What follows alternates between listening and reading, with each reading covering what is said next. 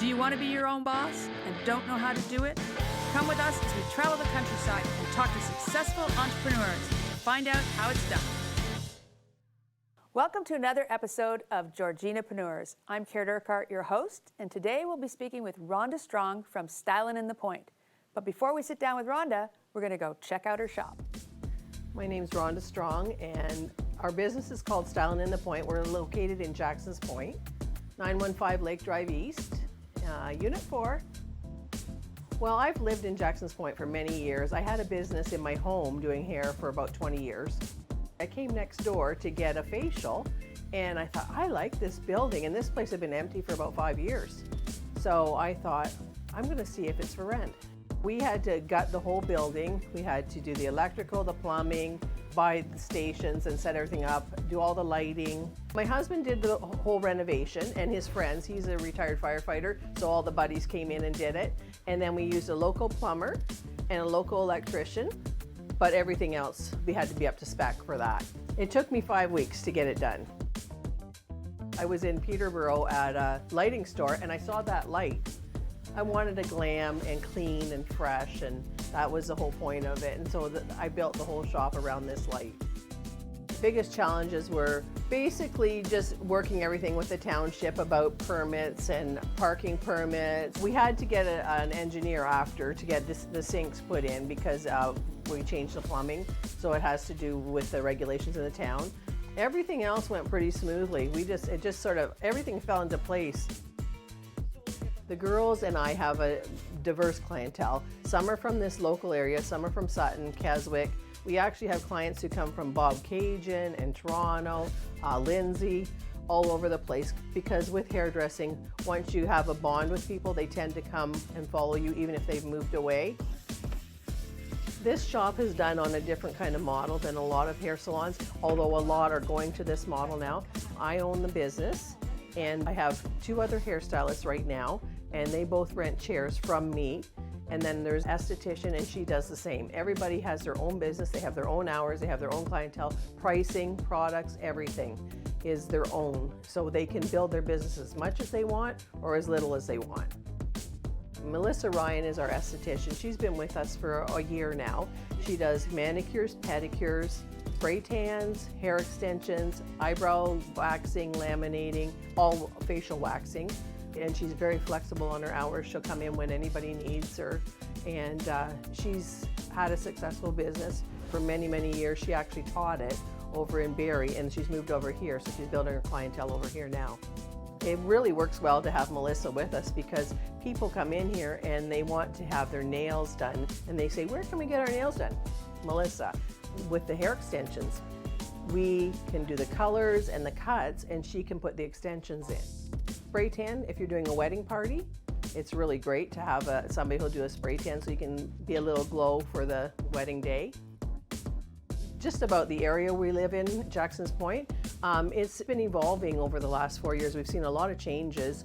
The new owners across the road at the Lakeside Bistro, the ice cream parlor, and he's made it beautiful. And then the other side of the road, there's all these nice buildings going up, condos with businesses underneath them, and it's really changed the look. It's starting to evolve into a really nice beachy area, I think. Welcome back. I'm sitting here with Rhonda Strong, and I'm so happy that you're joining us in the studio today. Thank you for coming. I want to hear a bit more about how you become a hairstylist. I have no idea. Well, when I finished high school, I went to hairdressing school at Bruno's School of Hair Design down at Bathurst and Bloor. Took the subway down every day because I lived up in Willowdale. And it was, I think, 1,200 hours we took at that time. Then you get a job in a salon and you become a stylist. So initially you go in and you do the shampooing, and I worked at Fairview Mall at Duberdini's. That's where I started, and it was great. We had a lot of fun. Good old Fairview Mall, I haven't been there in a Yeah. while. Yeah. Well, and the thing is that their big thing was the person's first introduction to your salon is the shampoo. So they really were focusing on that for us. Assistants was what we were called at first. And that's where I learned how to shampoo, and that's something that I've kept all the way through, is that's the key introduction to my salon, is how they are treated when they first come in. I think it's come a long way, the shampoo thing. Because it used to be just go in and right? Now you get the massage, you get a little head rub, like it's really quite delightful. Well, if you don't, you feel ripped off. Totally. Yeah. No, you're absolutely right. I think it's a wonderful thing. It's for sure my favorite part. Mine too. Like who doesn't like a head rub, right? Exactly, exactly. So now that you're a stylist and you have your own shop and everything, how do you market yourself? Mostly in a small town, it's word of mouth. I've been doing hair for 45 years, so by now you have your clientele, and you attract people who like what you do and they like you as a person, so they come back to you.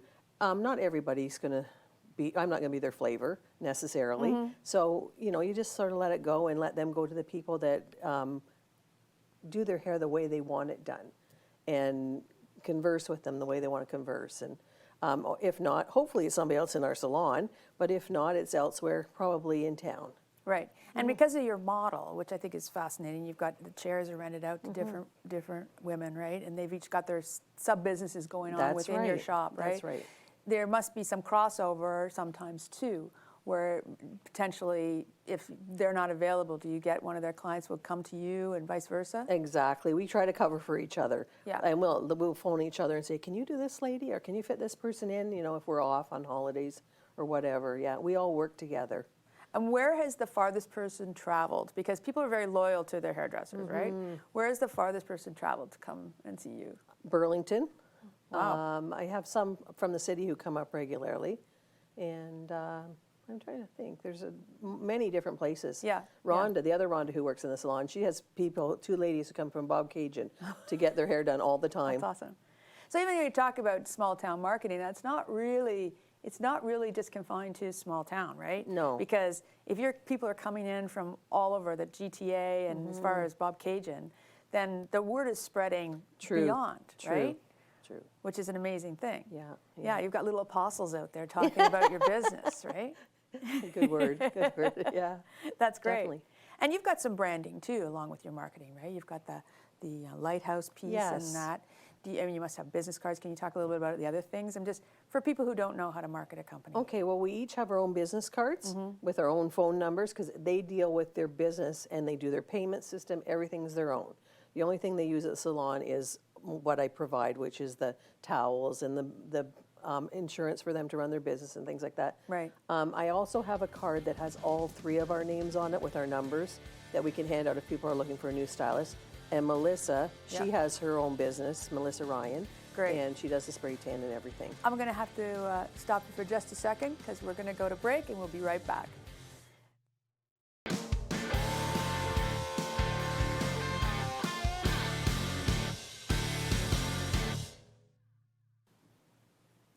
Hi, welcome back. We're here with Rhonda Strong from Stylin in the Point. And we've been talking a bit about marketing, and I also want to talk to you because of the model that you have, where you've got different people working in the shop that rent space. How do you manage quality control? Because your name's sort of on the big picture of things, and your logo's on the front, and it's your shop. How do you manage that? Well, really don't have a lot to do. The girls run their own businesses. They do their own hours. I knew both of them before they came to the salon. Both owned salons in Sutton. Megan, Rhonda and I both rented chairs from her before we came to Stylin in the Point. And I've known Rhonda for years and years. She had a salon on High Street also. So I don't have a lot to do. There's two Rhondas in the shop. Sorry to interrupt, just so people don't get confused. We do have a security system set up, professional ones, so that we can see what's going on. And everybody has their own products that they sell, because whatever you like, you can do. And so there's not a lot to worry about at this point. If we get more stylists, it may be a different story. But right now, everybody just, we trust each other, and we've worked together for a lot of years. Yeah, that's nice, right? You've got that bond together already, already, which is great. You can rely on each other that way, which is, that's lovely. So how do you manage, because as an entrepreneur, you're there a lot, you've got this business, I'm sure your clients probably call you at odd hours too, right? How do you handle your personal life and your business life? How do you manage to keep both going at the same time? It takes a lot of years to get that balance, because before it's you're just always answering right away in that. I've learned to just do what I can do at this point, and it's fairly smooth, I must say, because I love my job and I love my private life, and I like to just flow. I don't let anything stress me out about work and home. I just go with it. And Well, I want you to teach the rest of us how to do that, because I don't really know how you. maybe it's an how you age get thing. stressed, I don't maybe. know. It's probably an age thing that you just sort of relax and enjoy. Right. I love my clients. I have a great group of clients. Like, all of them are fabulous. So you have a relationship. So Yeah. it makes it a lot easier. When you were younger, did you stress out more Oh, about the whole thing? 100%. Yeah. 100%. You're trying to please everybody all the time. And Trying to prove yourself. Too. Yeah.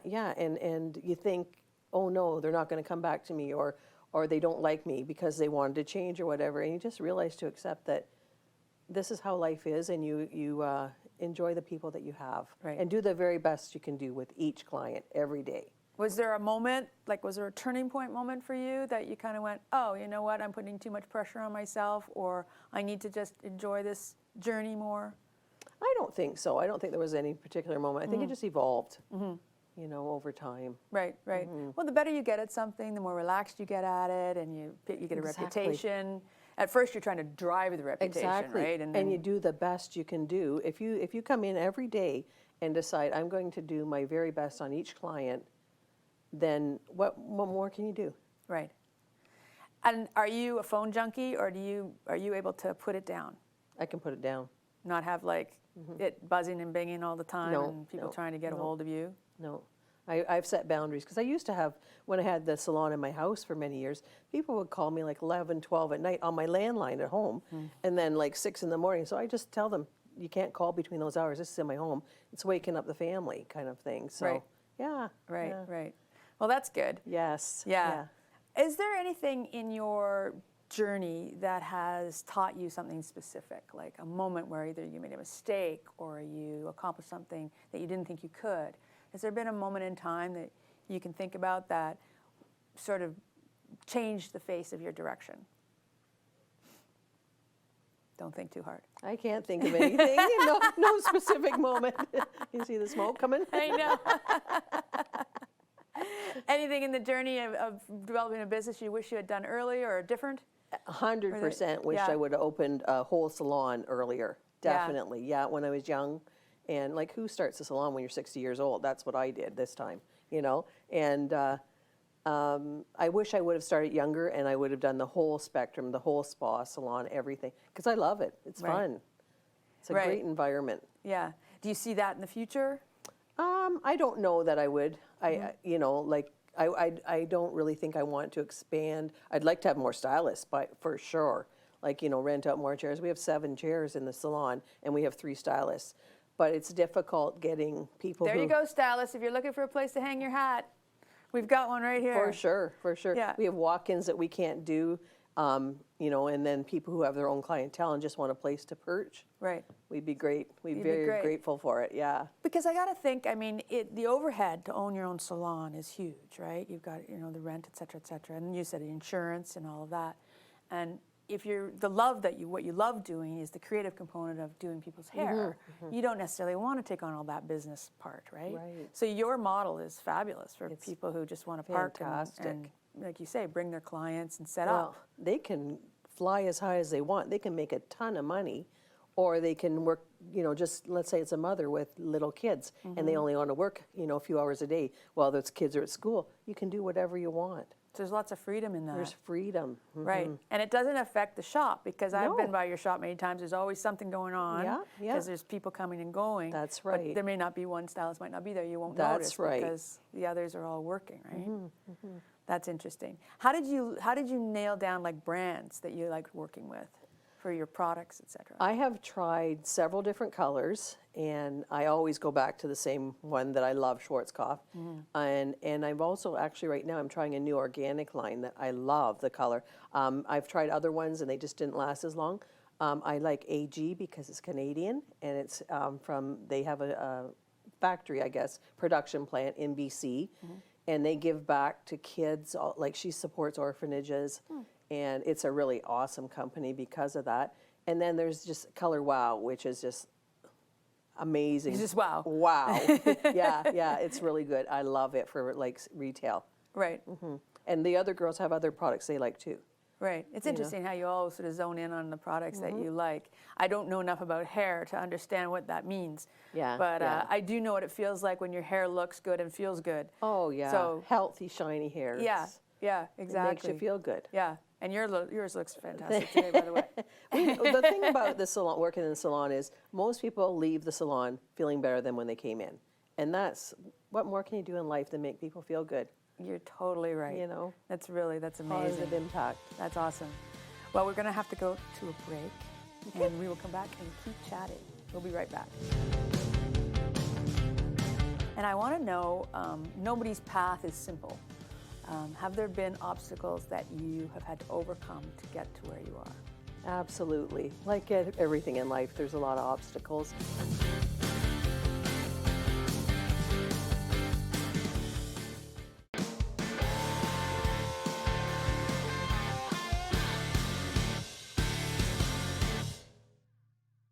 Welcome back. I'm here with Rhonda Strong, and we were chatting about her salon, which is awesome. And I want to know, nobody's path is simple.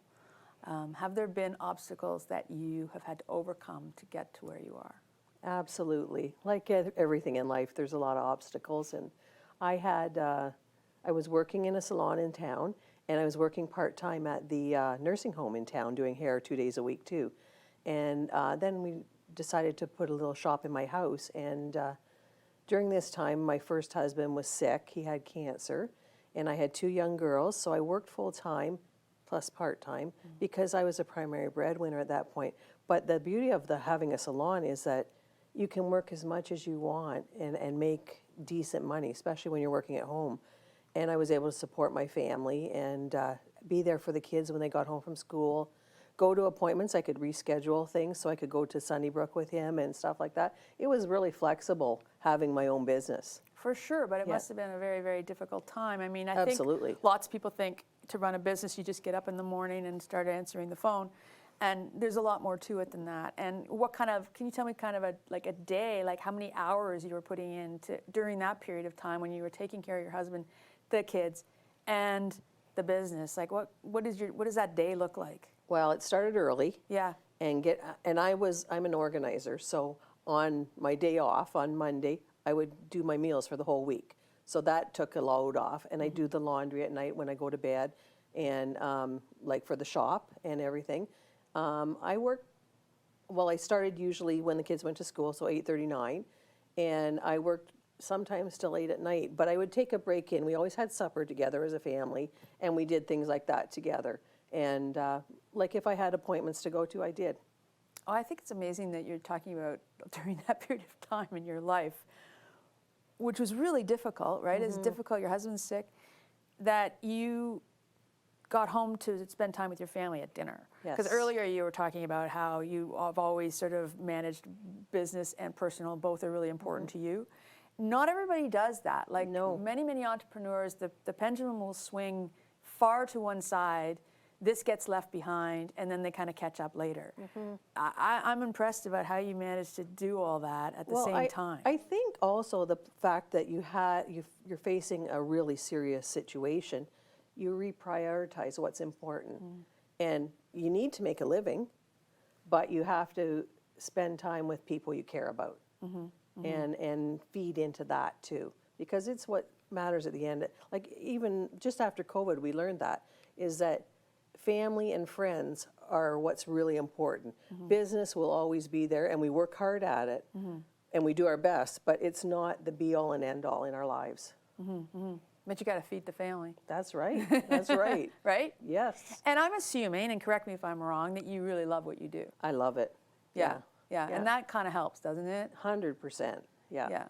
Yeah, because I mean, I can't imagine getting up every day and having to do the drudgery of something you don't like. No. When you build your own business, it's usually because it's down a path That's right. that you Definitely, enjoy. definitely. And during that period of time, would it have been helpful? Like, I got to think that you actually liked what you were doing, so kind of the energy. Definitely. If I had to go into an office that I hated every day, I don't know if I could have done it. Right. You know? And then after the fact, after he passed away Yes. and everything, I had to go right back to work. And that was a really positive thing. I had to get back for the kids to be normal, and I had to go out and be with people. And I think, I mean, you're going through a grieving process when the person's sick all that time anyway. But I think it's like a therapy. You're talking to your clients all the time, and they're asking you, and you're talking, and you know, it really helped through the grieving process. I love to hear you say that because I've always felt the same way. Any time I had a bad moment in life, the harder I worked, the easier it became, Yep, right? It was because I had a distraction and something I like to do. That's right. Yeah, 100%. Yep, yep. On that note, what advice would you give young entrepreneurs coming up? Well, I think, first of all, when you're starting your business, don't get deep in debt. Do things slowly. I think you learn that because if you have all these huge debts weighing on you, it makes all the joy in your business is gone because all you're doing is trying to pay bills. And I think if you can just, like, even like with us, because we didn't have a lot of debt, we built our business, probably 90% of the stuff in the salon was secondhand. All my stations, everything, I bought from a salon that was going out of business. The chemical processors, I bought new sinks and stuff, but it was like I didn't go deep into debt. I had people, luckily, my husband and his friends could do the shop, you know.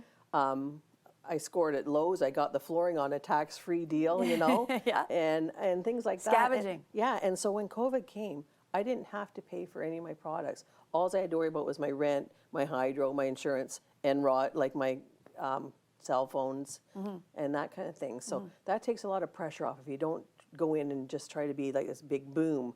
Just gradually go in and you can replace things with the newer things later on. Right, right. But it still looks beautiful. So, you know, I think we get caught up sometimes in this sort of everything needs to happen now kind of mentality, right? Where I want everything to look perfect on day one.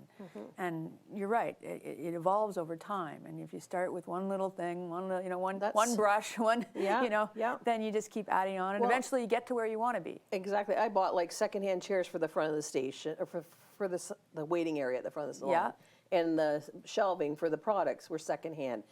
And they were okay, but as time went on and I had a little bit of money in the bank, I bought new stuff and new things to, you know, so they looked nicer and more professional.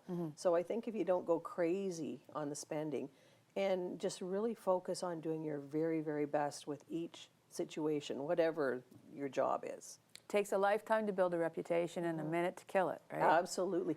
And another thing for hair salons in particular, don't allow any gossip in your salon. Oh, that's good, because what salon do you go to people where that come in, doesn't happen? Yeah, you know, I know. and it's like, no, because it first of all, that's what people are going to remember. And if you're Right. talking about somebody else, you know they're talking about you too when you leave. So it's like, I learned that from Laurel. She has a shop in town, and Wendy, who I used to work for. They didn't allow it in the salon, and that was a really valuable lesson for me as a person. That's Yeah. great. What's in your future, Miss Rhonda? I don't know. I've sort of cut back on my hours. I'm not doing quite as many because we're going through some things personally at home right now. Okay. And